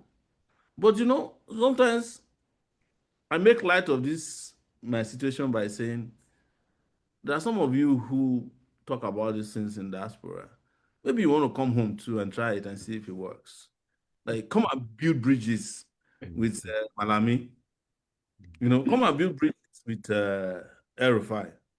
Be in their midst, attend all their meetings, and let's see if after you have done it for 3 months, we will still recognize you, both in character and in physical look or mental outlook, because they're not there for the people. So what I'm saying is that it is not that I don't want to build bridges. It's not, I want to build bridges. I want to work with people. I always work with people. But there are conditions that I just can't deal with. I cannot deal with somebody who says to you that electricity is not the right of the public. And that is the position of their political party or political movement. The one that says to you that, how can you be talking about free education? Are you mad? Because he had taken the money meant for the education of everybody to go and send their children to school abroad. How do you go to a meeting with a vice chancellor who was the vice chancellor of the university and his children are going to school abroad? Or the one who created a university but sent his own children to go to university in the UK. So I want to say maybe that would help you figure this out. Like, to work with the people that you're suggesting we work with, you have to be mad. You have to you just have to walk into a place and say, look, I'm sorry, I pretended all along that I'm a good person. Now I want to be bad. And I don't care what anybody says about it. Then you will be fine. Are you getting my point? I think when I went to Dr. Damages with you, I was saying to those guys who converge on Dr. Damages that I know some of them. After they finish Dr. Damages on Sundays or whenever he's with his 90 minutes, if they want to travel to Nigeria, they'll be contacting me. So, is it safe to come home? I said, you are just on Dr. Damages and you are concerned. What about me that lives in the middle of inside inside the middle of lions and hyenas and all these people? So it's easy to be on, it's easy to be on the space and be pontificating about things that are going on in Nigeria. But if you want to really come and live here, and I'm not saying that it's bad to live outside, but come and live here. Come and live here for like maybe 1 year. You understand? Come and stay some 18 months here. And when everybody finishes your money, including everybody, this one is not even politician now, it could be the mechanic. Everybody just come after you. Then you look at it and say, to Fiapa, I am not coming back to this country. The person you'll be upset against may not even be politicians at that time, because you have discovered that there's a different level of fraud and wickedness that is not only that politicians are just the icing on the cake. They are the one you see because they are the ones who have mastered it very well, made the money, and they are sitting on top of the heap. But underneath it too, there are a lot of enforcers, a lot of characters who are worse. Some of them are people you would call nobodies. But when they show you pepper in a few days, then you're like, oh, I can never live in this country. So forming a coalition is the easiest part. But to your question, what is the coalition going to do that will reflect your values as someone who joined politics? And I'll say one thing to you. Do you know that there's a time that I joined politics that Kingsley Moghalu joined politics? 2018, we started at the same time. Yeah. You know what they did to Kingsley Moghalu in 2019? They lured him with the ADC, this ADC now. They lured him to Obasanjo's farm, Obasanjo's hotel. And, after he gave his beautiful speech, the guy who was going to be president gave everybody $300. Moghalu was defeated. I don't know if he recovered from it till today. I'm not talking about George Moghalu. I'm talking about the Moghalu you interviewed. You may disagree with him, but one thing you can't take from him is that he's a bright guy. So what does that tell you? Nigeria is not meant for bright people. You get my point? We did it the same time. We were together in 2018. You're talking about my figures. Everybody was saying, Sowore cannot debate Moghalu. Of course, we debated. He knew that I wasn't a pushover. But that's not the issue. But do you know that my figures were higher than that of Moghalu in 2020? The figures you're referring to. My own figures was higher than that of Moghalu and the other non-Niger candidates combined together. The figures they allocated to me. So you are there saying, oh, you haven't made a dent. Ask what happened to Moghalu in 2019. Everybody's like, Moghalu is very polished. They are looking at him. It's this one. We'll polish him. How Maybe this is time to pivot to contemporary politics. I think a lot of our viewers will not forgive us if we don't sample your opinions on the coalition that is going on, and all kinds of things are shaping up. Your Sahara reporters have reported that some guy from Kogi State, who happens to be Yoruba, has been or might be nominated as the INEC chairman. and there's a sense that this is preparatory to 2027 elections. Do you think that from the way things are shaping up, the opposition has the capacity to stop Tinubu from winning a second term?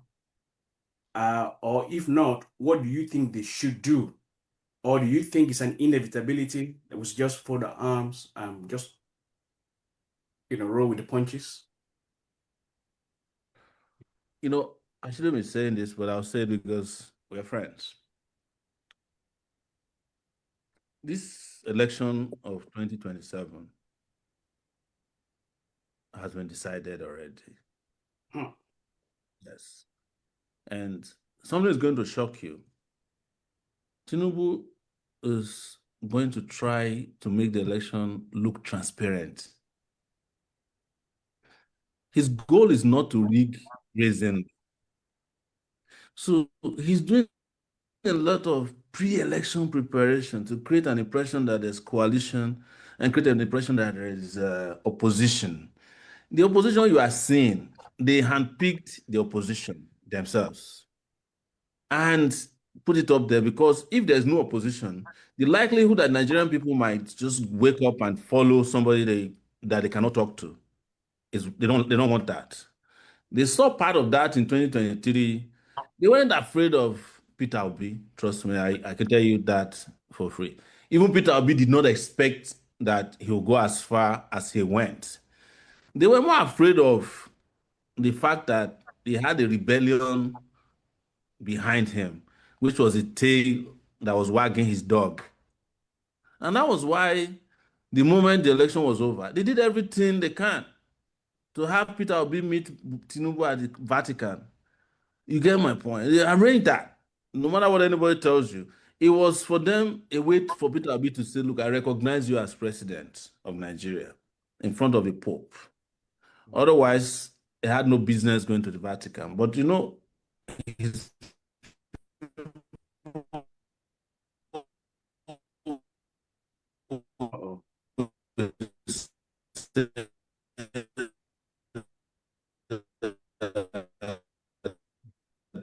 they will come and argue about appoints ambassadors, which is going to be one of his last minute political moves. You see, some of them might be appointed as ambassadors and they will quit the coalition. The coalition has a problem. I'll download it to you from what we know. It doesn't have any big pocket states behind it. Tinubu has already swept those ones in through EFCC. Lagos is in Tinubu's hand. Delta, it has never happened in this country before. States like Delta, Akwa Ibom, they already got rivers in a lockdown, whether Wike is there or not. In fact, they might get rid of Wike because they already have Fubara in their corner. They don't need him to change party. Political parties don't matter. Political loyalty is what is most important to them. So what Tinubu wants to do in 2027 is to do enough pre-election rigging that even the opposition that you are seeing now will now thank him on election day that this is free and fair election, or it is fairly free. So, because the international community also is interested in ensuring that some election happens in Nigeria, but we don't care whether it's free or fair. It's a shithole anyway. Anything done is acceptable to us. So, but I will say something that always been interesting about Nigeria. Nigeria has a way of just rejigging things, and it might be a natural disaster that will happen, and something will just change overnight. Except that happens, whomever Tinubu is appointed as INEC chairman is his least problem. If you want to win election in Nigeria, yes, you need INEC, but you also need INEC commissioners, federal. You also need INEC state commissioners. Tinubu has been one of the people that have elected the highest number of INEC staff in history. He met almost a clean slate. He was just throwing his people in there, federal. So whomever comes in now, there's not the person they already put in place defense. He's just going to be a gate man there. Then, if you all know the US, if a president of the US wants to appoint one Supreme Court justice, the whole country will shut down. Do you know that Tinubu appointed 11 Supreme Court justices since he came? 11. Yes. And most of you don't even know their names. And he needs 7 Supreme Court justices to deliver a judgment if, by any chance, litigation goes all the way to the Supreme Court. Are you getting my point? Then he's going to be contesting against people he knows how to defeat. They are friends. Whomever comes up, maybe the ADC will likely throw up Atiku, because if Atiku is not the candidate of the ADC will fall apart. Is Atiku, Mechi, people that are funding ADC. So the Labour Party has already gone. They've taken that one over. So you tell me, how is it that you defeat a guy fairly? I'm not talking about he has already dealt the unfair blow on everybody. That has Lagos in his kitty, he has Akwa Ibom in his kitty, he has Kaduna in his kitty. He practically now has Kano, because Kwakwanso is going to go to APC. Even if he doesn't leave his party, he'll be working for them. And they have Delta in their kitty. These are the richest states and the most popular states in the country. So they are going to tell you that, oh, you saw us now. We already have all these people on our side. We didn't need to rig the election. So all these people just write election figures. Amici will tell you that's how they used to do it under Jonathan. Just write the figures. Because that person that worked for the president, the state that is in the party of the ruling party, usually don't have problem with getting logistic support. Police, army, like they used to say, if you want to win the election in Nigeria, get all the political parties, but the most important political party is the CBN, Central Bank of Nigeria. That one is in the hands of the president. INEC is an appendage of the APC already. So you tell me how you are going to defeat this guy without an uprising. When I mean uprising, is that the people can also wake up and say, look, we want to go a different direction. That's where the number of the 50 million people that have never voted before comes in. There's no way the 25 million people he relies upon can defeat 50 million people. They all have voters' card, But don't forget that in addition to all this, they have also been so demoralizing voters that there's voter apathy in Nigeria today like it's never been before. So they're also counting on the fact that most people will not come out to vote, because it is more difficult when people come out to vote. So what helps you in election? Money. They've had it like they've never had before. Power, they are in power. Violence, they have both state-backed and non-state violent actors, all of them strategically placed. Today, if you want to talk about militants, they are with them. You want to talk about the Nigerian police, army, customs, anybody they need, beck and call. And most importantly, they have all the legislative, they have all the arms of government in their pocket. The judiciary is in their back pocket. The legislative arm is in their back pocket. Some of the things they will do before the election also, as part of the pre-rigging election, you see judges will just be disqualifying people if they find anybody to be difficult. Part of the reason they are targeting me now is they want at the minimum, if they can't kill me, to say that one of these cases will just go through. By the time we go to the Supreme Court, they'll say, you are a convicted felon, you can't run. Because they know that independent voices like this is attracting attention. That's why you see that the attacks are growing. They are not doing it because, I'm offending them. Calling Tinubu a criminal has never been something that Tinubu cared about. Even if you don't call him a criminal, he knows he is. There's nobody who needs to tell him that. He's been doing crime his entire life. It's a well-known fact. But in saying that, let's look at this, how can you call the president a criminal? They see that as a hook. Like, maybe let's exploit that, maybe it will work. We just need to slow this guy down. Oh, we have his passport, Maybe we'll put him in a situation where he's completely afraid he goes underground, or maybe he'll just run away from the country of exile and we can just declare him wanted. Until after the election, we won't see him come. He won't come and disturb us. But if he's around, who knows? These people might just follow him one day. Are you getting me? Yeah. Because one thing they're afraid of, I'll tell you that before Osmond has run away. He's coming. He's on duty. So I know. I'm just kidding. One thing they don't want. They don't want that, regardless of what they do, they don't want a restless populace. And the Nigerian youths are very restless right now. Yeah. And any little thing could ignite the public. Yes. So that's why I will. They don't want someone to lead the spark. Don't want anything that can lead to a spark. Yeah. Because it is that spark that will destabilize their election plans. And they know that. They know that something could happen because they have pushed everybody to the wall. There's virtually no sector of this country that hasn't been pushed to the wall. Everybody. The poor has been made poorer.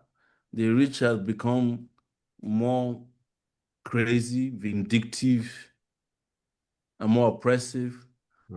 The government has become more corrupt and more insensitive. The society has broken.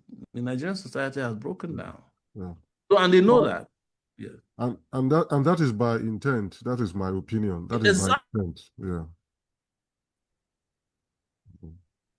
Exactly, it's intentional because one thing we are blaming the oppressed. No.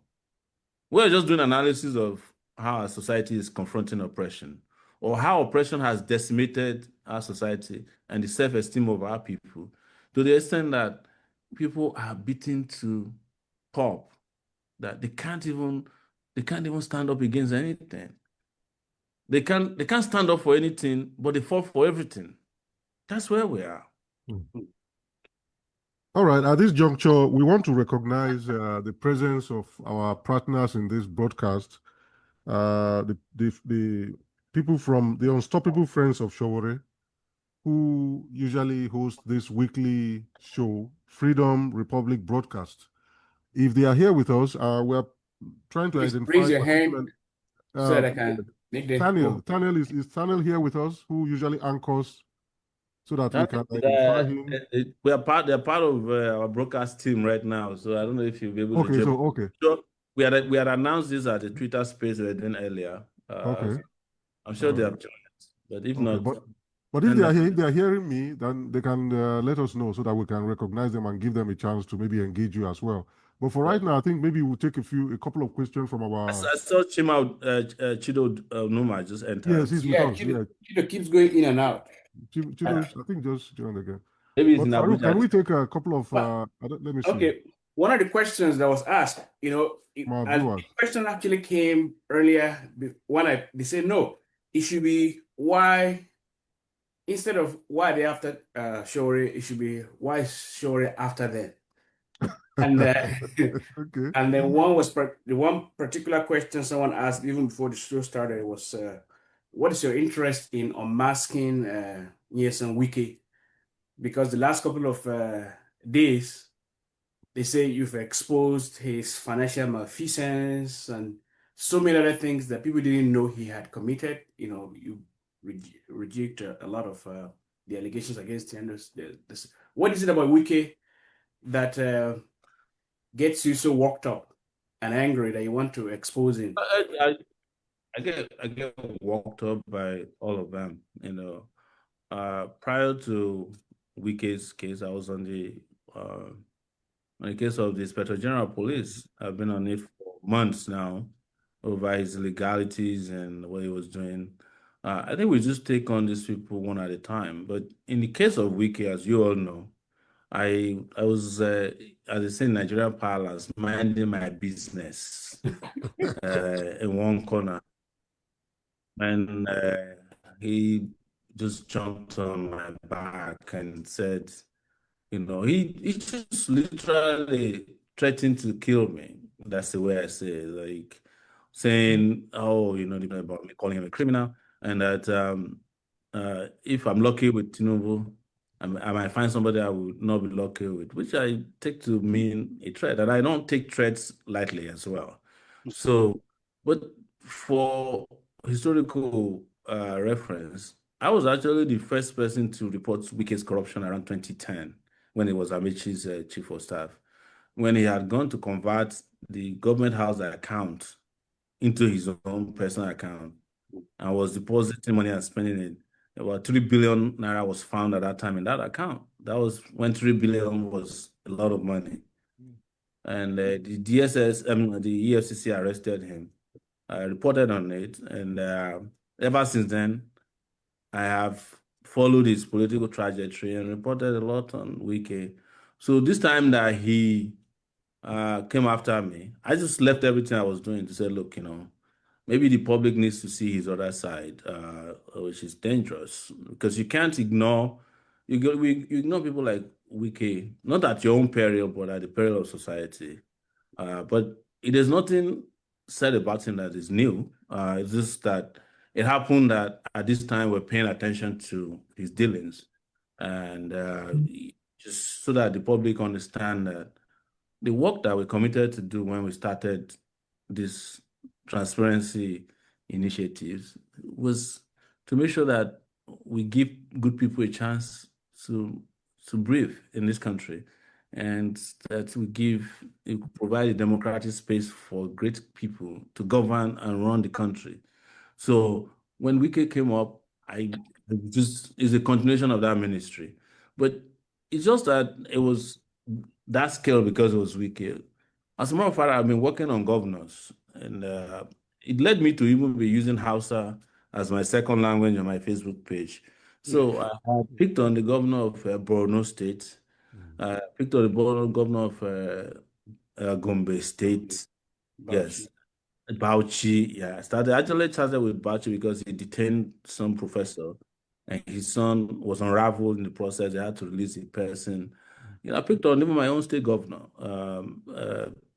Ingratitude of Ondo State. So I see Wike as a state governor too. So I was going to get to him anyways in this my good governance tour that I called it at that time. So, but he came early to receive his own. So that's what happened. But nothing. I don't have anything personal against. Well, maybe it's wrong to say I don't have any. I have something personal against people who destroyed my country. I don't feel happy towards them. But he was the one who had brought the battle to my doorstep very early, without provocation. I had not reached him yet, and that threat is not something that I took lightly at all. Well, I Okay. think it was, I think on the lighter side, maybe not on the lighter side, but he was trying to get on the good side of Tinubu. He Yeah. was trying to do eye service, as we call it in Nigeria, But and using I you as service, but also it could be that he went to Tinubu and said, "Look, leave this boy for me to handle," and just thought that it was one. If you recently have followed him in his outburst, the number of people that he had issues with, he would just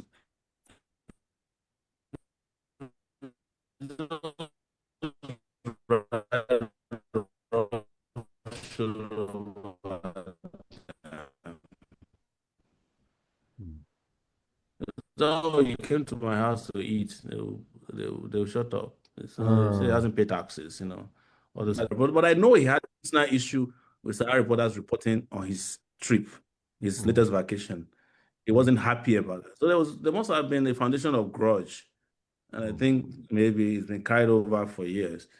And he continued the next day. He went on Channels TV and said I was paid to write about him, And so I had to respond fully as well. Yeah.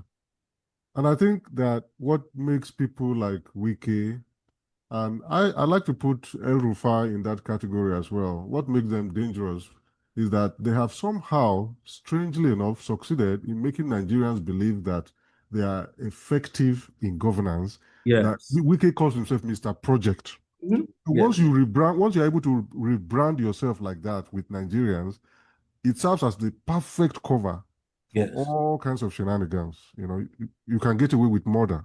Anything. Yes. Wike is the person who will kill somebody himself, but he has just commissioned the road. Aha. Yeah. So Chido wants to talk. Chido is here with us, and Okay. Chido, can So- you please let me see? Can you unmute yourself? Yes. And I engage? have to unmute him. Oh, you have to unmute. Okay. Yeah. Okay, I'm finally unmuted. That's an interesting one from Moses. It's one for the ages. Hi guys, good to see you all. Young man, Sowore, how are you? Doing well. I'm still doing well. I'm still here. Okay, it's good to see you. You've come a long way, and I'm happy. What you started, how many years ago? You as a young reporter. I tell people it's not just today. From your days at Unilag, I remember before even CNN started the whole idea of embedding reporters. I used to go undercover as a student when I was a journalist to join you in the student union government so that I will go with you, live in your hostel, play snooker with your guys, and go to meetings with your student as part of the student union to be able to get the reports I needed. That's and true. I completely endorse what you've done over the years. And we reconnected in North America, the early days of Sahara Reporters, a couple of visits to New York, and also been editing, helping with the initial editing process for the paper. Just the resilience. Anybody who is interested in Nigeria and believes in this country, there are no two ways about it. The bottom line is that the country needs a revolution. That's the only thing. Every other thing is cosmetic and can't make any change. The damage is so bad that there has to be it's revolution, and it's not just, it's revolution now. My question is, considering the Nigerian state, the Nigerian nation, how divided we are. When I follow your trajectory, one of the things I always look out for is just to see how connected, organically connected are you with, folks, whether individuals or organizations and so on. And I think it's not, I'm not placing this burden or responsibility on you. It's something all of us as Nigerians or progressives have to do. But you have mastered the act. You are in the forefront of this. You live and breathe this. You do it every day. I'm just asking, how organically connected with groups? Do you feel a sense that it's possible it's not just Sowore working in silos in Abuja or Lagos. There is this organic connection with groups across the country who equally feel as passionate as you are about this. And I think I may be mistaken. I think that's the only way, when we have this groundswell of people across the country thinking the same way, feeling the same way. For example, you look at what happened with EndSARS and why people, to some extent in Abuja and mostly in Lagos, the rest of the country, particularly in the northern part of the country, the state was able to pull off this thing where you almost had an anti-EndSARS movement. What do you see? How do you think this can play out in helping to quicken the kind of social change that we desire in Nigeria? Thank you.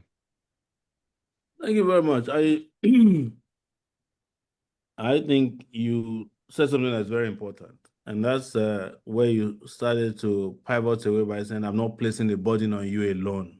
Yeah, I think it's a function of the burden on a shared burden. I think the expectation that all of us should have is that when it comes to organizing, it can't be done by one person. And what I found in my reading of literature around South Africa's anti-apartheid movement is that there's an essential part of that is missing in our own organizing. And maybe it is because people don't feel the passion that I have, or they don't feel the interest that I have. And it makes it look as if I'm the only person who is out there agitating. But when you look at the South African struggle, even if somebody went on exile, he kept connected to the ANC. They bring in their own support. They smuggle things across the border. They bring in money. They don't care where the money comes from. And they kept the struggle sustained. Even if someone dies in any of the units, the leadership is filled immediately. I give an example. Maybe it's not an ideal example, but one of the questions I asked myself one day was like, how is it like a body like Hamas, able to continue to resist in Gaza? You understand? And we're not even in a Gaza situation. We're in Nigeria where it's even easier to organize, and we can't organize ourselves. What I'm trying to say is that it is not my job alone. The burden feels heavier because I'm left. Some people just feel like it's Sowore's job to go and fight police, to go and fight customs, to go and fight everybody, fight Wike, fight Tinubu, fight judges. People need to come in. If people really, as you have described, believe that, yes, this is a shared burden, we need a revolution, as you've said, which has been my position as well. Everybody has to bring something to the table. You're talking about NSAS.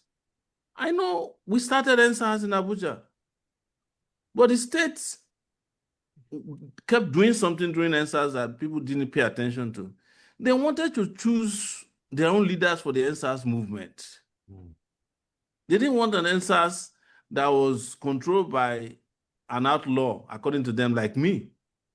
So they mobilized people in Abuja. They attacked me during NSAS physically at the point.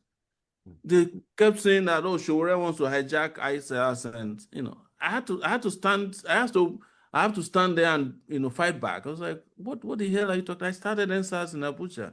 And then NSAS morphed into some kind of entertainment, social movement. And that was how it died. And money also was a major factor. But don't forget that learning from NSAS were the ones who organized End Bad Governance for 10 days in 2024. Even though I was in the US, yes. And what we learned from NSAS was what made it possible for us to enter the North and get the Northerners to participate in a way they have never participated in protests before. And the government was scared. I will not lie to you that some disgruntled politicians must have gotten involved. There's no doubt about it. They must have provided logistic, and all those Russian flags couldn't have come from Kano tailors because they didn't even know what the flags were about. They just gave them job to be sewing flags. So, but the motivation to start End Bad Governance was done by us, Take It Back movement. So, but what was the difference? People joined. I can organize people. I can go around and provoke people. I can go all out and make people feel angry enough, and you call it incitement. But I cannot at all times be the only person who will do the organizing, the conscientization, and I'm still the one who will do the protest on the protest day. And I'll be the one who is shot at, tear gassed. One person cannot do it. So it behooves on everybody who is asking this question to join in. Let's join hands together. And I want to use one example that the public has never heard from before. You mentioned it earlier, but I will say it today, Chido. When I was starting Sahara Reporters, we met. Now, you have this philosophically calm way of dealing with things. You said, sure, it's going to take a while for Nigeria to have internet too. But I'll help you up to the point that, you were one of the people who started helping me ideally from the beginning before other people joined, including some of us that are here today. But why was Sahara Reporters that productive? Commitment and persistence. There's nothing you can get done without persistence. If you want to change Nigeria, there has to be a number of committed, persistent persons who want to make sacrifices. Part of our problem, I'll say again, is that some Nigerians think that a struggle of this magnitude can be won overnight. They should go and ask South Africans. They started the ANC in 1918. They didn't gain power until 1994. There's no Nigerian who can, most Nigerians cannot, they don't have the time to do that. Anything that cannot, people are calculating 2027. If you go into any coalition, if they don't win in 2027, they are gone. Just like the party has disappeared now. Because they came on, the moment they didn't win more elections, they started going back to where they came from. Because that culture is also very important. That culture of discipline and persistence and sacrifice is a characteristic of Nigerians that is a bit lacking. So because I did that even with the party AAC when we started, we had a lot of people, but they were expecting that we win the presidency in 2018. When we didn't win, they went and they scattered the party. Some of them, went to the government. They went to Wike and collected money from Wike. Wike got them a judge. They kicked us out. I was on the plane when I heard that I was removed as chairman of AAC, a party that I funded with Malcolm Fabi and we were the ones who did the logo, did everything. We were going back to the US. They said they have removed us. A judge removed us. And it took us 3 years before we could get the party back from them. And so sure. Yes. Yeah, sorry, let me just butt in here. That way you can respond, also not to take too much of your time. Perhaps what we should be thinking then is to build a nationwide movement, and there is a reason for this. You mentioned the ANC and the long. I'm ready. Yeah, so maybe not this time. Maybe I am ready. Maybe I am ready today. Yesterday. I'm ready yesterday. So maybe the response will not be to build a political party, understanding the character and nature of the Nigerian state. Perhaps it's to build grassroots. What was our mistake in 1999? We went and fought for 10 years, 1989 to 1999. The day the military left, we had no political party to capture power. So if you build it... Wait. By the time the Ganifa were missed, came back and realized 2003, the bad guys had already taken over everywhere. Go and ask Falana what happened to him in Ekiti when he ran for governor. People lined up behind him, according to him, by 6 a.m. By the time they started voting, he looked at 5 people left. So organize around a political party. If you don't gain political power, what are you organizing for? Do you want to do a revolution so that El-Rufai will become the president of Nigeria? I don't want to do that. No. What I'm saying is that, and again, going back to the South African example, we now build a political movement that ultimately, the ANC was a political movement that transformed into a political party. If the ANC was not as solid and grounded the way it was, this problem you reference here about Gani and Falana and all that. So we need to have a nationwide political movement that is grassroots based and solid, which can then be from your mouth. But let's forget about me. Gani started a political movement in 1994, right? Even when the military said it was illegal. Gani then did not participate in the transition program in 1999. But I think his members participated. I don't know, because I wasn't in Nigeria. I cannot tell the story. He realized his mistake in 2003 and ran for office, right? People in Ondo State were chasing Ganifa Weme with cutlass in Mobolo Ondoro that he didn't have money to give them. I'm not making this up. So you can say you want to create a nationwide. We already have nationwide movements. The TIB is a nationwide movement. But we can argue that some of you or some of our friends don't want to join organizations that are formed by their younger brother. Sowore is too young to go and invite me to come and join political party. But the political party is already there. It's registered. The AAC is one of the 18 political parties that's registered today. It's the one that you can say that anybody who wants to contest can go to without being a money bag and contest. Today, We were So interviewed. we can build around that. In Anambra. There's no way that lady could have been a political candidate in any election in Nigeria if it wasn't the ANC. These are the things we should guard jealously, because they're not going to register a new political party for you. You know that. They have already seen you before you see them. But the one that we have, the political movement we have, what I think is happening is that maybe there's nothing left in the left anymore. I apologize if this sounds offensive, because the left is empty. Yeah. No, it's It's not empty in terms of manpower. It's empty in terms of ideology. I agree with you completely. Perhaps the Nigerian state, the character and nature of the Nigerian state has swallowed the left. Can you hear me? Yes, we can. The character and nature of the Nigerian state has swallowed the left. The point, maybe just finally, and it's not you are the person here. Why I was raising this issue is, for example, let's say a Moses Ochonu was in Nigeria doing EndSARS, and you go to mobilize and lead the movement in Lagos. People will say, oh, this man from northern Nigeria, from Benue State, has come to take over this place. How do we build that?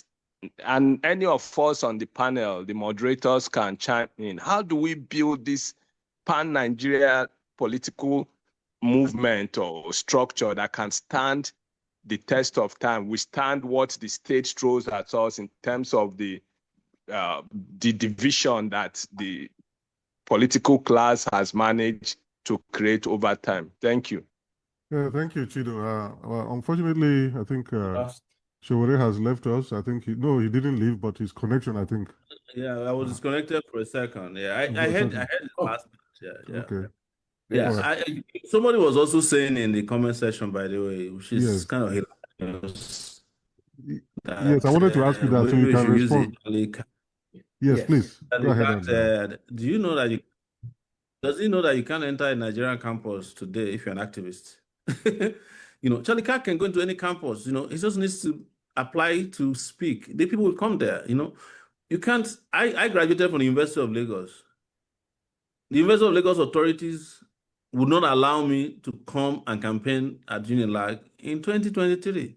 The VC told me outright, we have an agreement with the APC government not to allow any opposition into this campus. The day I was supposed to come, they canceled my show, and they allowed MC Oluomo to come and speak at Unilag the same day I was supposed to speak. Oh. Would a Charlie Kirk work in Nigeria? So I didn't make this up. This happened. So the solution, and I agree with Chido in that regard, is that the mindset has to change also, because we cannot attack the problem of Nigeria with a very relaxed mindset because the people you are fighting against, they are very aggressive. They are not playing, So they must also see that you are not playing. That's why the ANC kept coming to the conversation.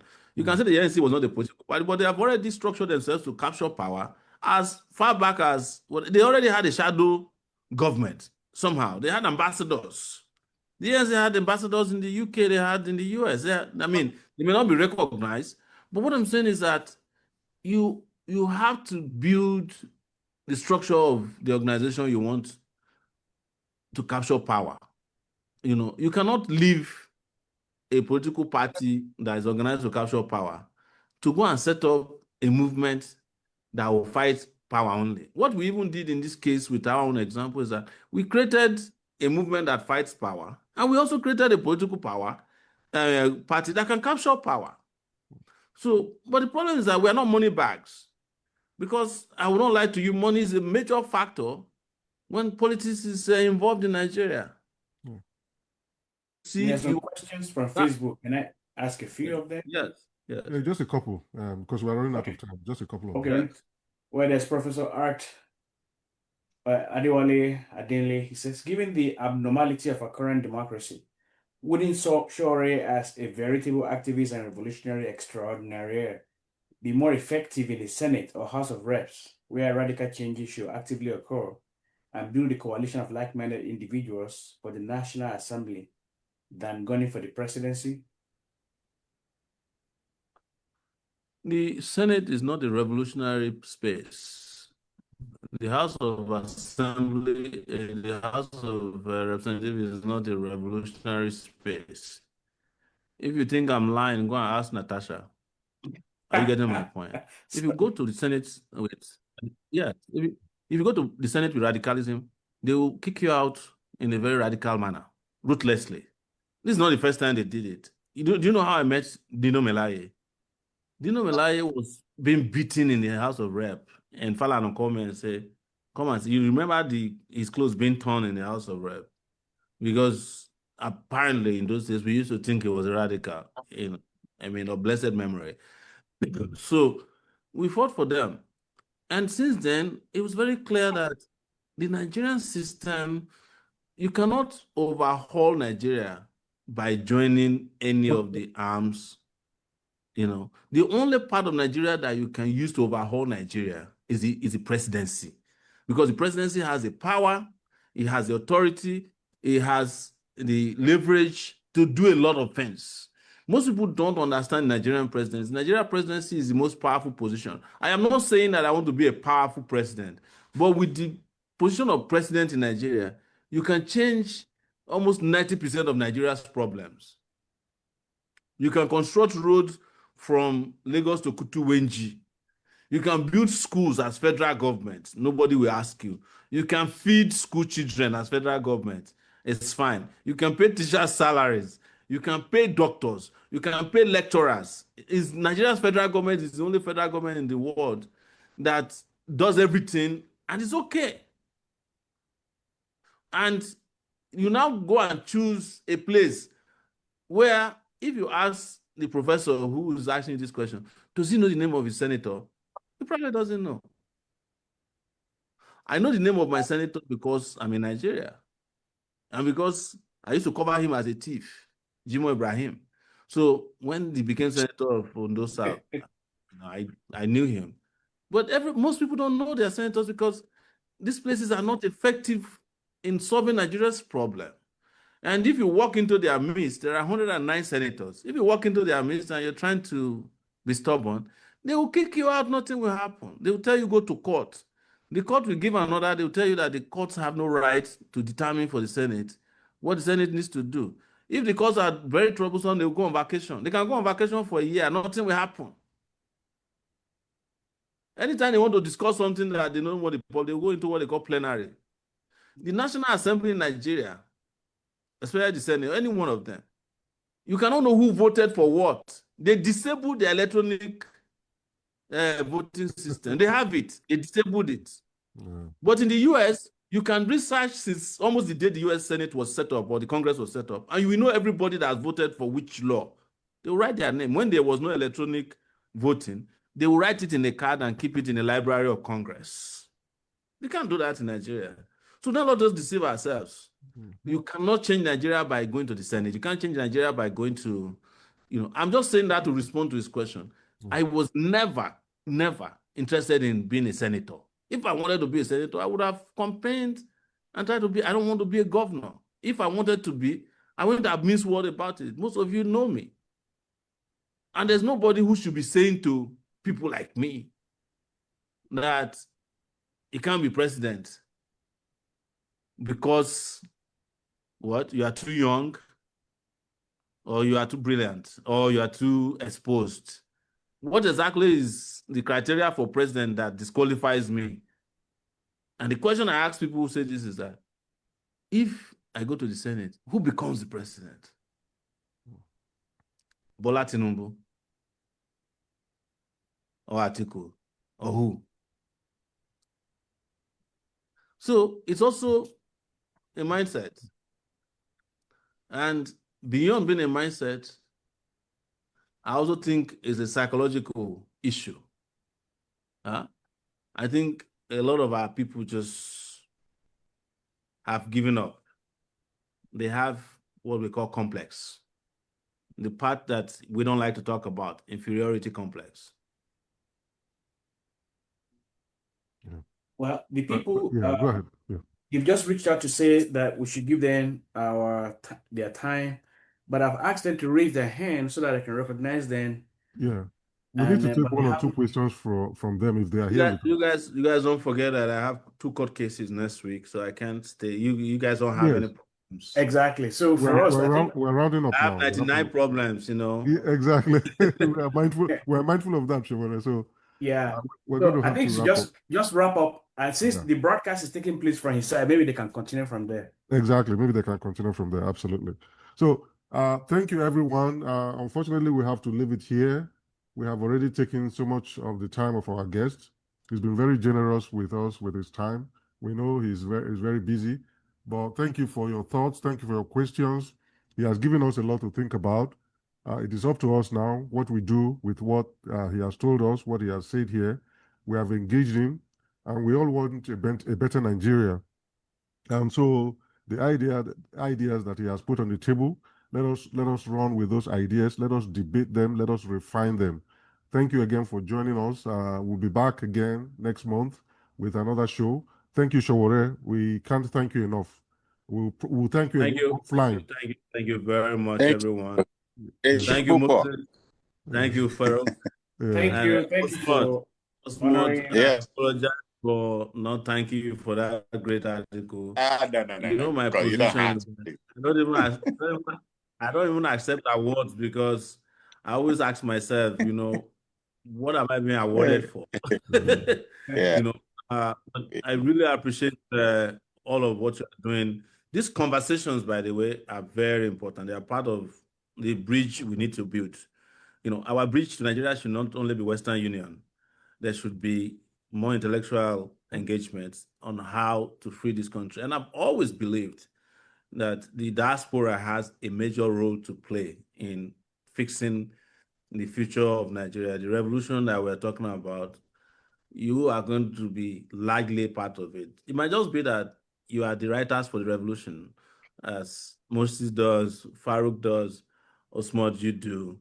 You know, maybe one of your article one day will just get everybody, you know, to start doing what we want everybody to do. But don't let us give up. I appreciate all of you, and I'll be glad again anytime if you call upon me to come back and be part of this great broadcast, even if it means that next time I'm a member of the audience. I don't mind. Okay. Well, it's great to hear that. So I don't know No. if Yes. Chidima is the one who was texting with me on WhatsApp. Okay, maybe we should No, take no, it. no, no, no. There are two No. people who are there, Chidima and Choma. Yes, Choma and Choma is Chidinma. actually our governorship candidate in Anambra State, by the way. Oh, is Oh, that okay. so? Yeah, Yes. she's there. She has her hand raised up there. Yeah, her hand is raised. So But we want to give her that courtesy, if you don't mind, Yeah, Sowore. please. Maybe Chidima and for Chioma, just a second, yeah. very briefly. Yeah. yes, no, please. Baba has already done the introduction, please. So Chama can take it from there. Good evening or good morning. Yes, yes. Yeah. Yes, it's evening here. Hello, everyone. Yeah, good Yes, go evening. ahead, please. Hello, can Go you ahead. hear Yes, me? we Yes, can we hear can hear you. Loud and clear. Oh, okay. Thank you for having me. I'm glad to be here alongside my leader, Omoyele Sowore. Thanks to meeting every one of you. I appreciate. My name is Choma Grace Ifeme Ludiki. I'm the governorship candidate of the African Action Congress. I am from Anambra State, Idemili North, to be precise, Eziowele. Yes. So I don't know if you have any questions for me. I'll be much glad to respond. Thank you. Well, since we're wrapping up now, the only question that I would like to use my discretion as host to ask you is, what is, in a succinct way, what is your agenda? What is your platform as a governorship candidate of the AAC in this forthcoming gubernatorial election? What is it that you want to do in Anambra that hasn't been done before and that the other candidates are not proposing to do? Simple as that. Thank you. Okay, thank you. I think it's simple, just to deliver good governance to Indian number like never before. Yes, because over time we've just had people who are putting up a charade, a disguise, wearing masks, as leaders, but they don't have the interest of the people. So I'm bringing passion like never before, because actually that's how it runs in my veins, because I've seen real hardship. I've seen people, live their lives below food chain, live below average. And this is unacceptable, because I've also been in societies where people, don't necessarily have to be in the trenches or just live in a bizarre way, live in a way that doesn't meet up with human standards. So I don't see the reason, compared to the resources we have, considering the allocations and all that we have in our country, especially in Anambra State. I don't see the reason why our people should be suffering at the rate at which they are suffering. So I'm bringing leadership like never before. Very passionate, very patriotic, and quite distinct. Yeah. Well, from the Diaspora Dialogues crew, we wish you all the best the forthcoming elections. This is Chioma Ifemeludike, the AAC candidate for governor in Anambra State. Thank you so much. That was quite succinct. And thank you everyone again for joining us today. We'll be back, as I said, next month with another topic, maybe with another guest. Thank you so much and good night, everyone. Thank you. Thank you. Yes. Well, Sowore is already gone, so Yes. his time is very precious. But I think we had a very useful and helpful and enlightening conversation. And Yes. to our Facebook audience, they've asked a lot of questions. Unfortunately, I was able to ask only one, but next time we're going to be more participatory than we are now. But I think everyone in the comment section agrees that this was a very big, insightful discussion. Yeah, quite wide-ranging. And maybe I would suggest that we continue this discussion in our Diaspora Dialogue Facebook page. They can post some of those questions. We can trash it around. We can also get this response if it needs to be, and we continue the conversation. Yeah, that's a great idea. We'll do that. Yeah, thank you, everyone. Thank bye-bye. you. Okay. Bye.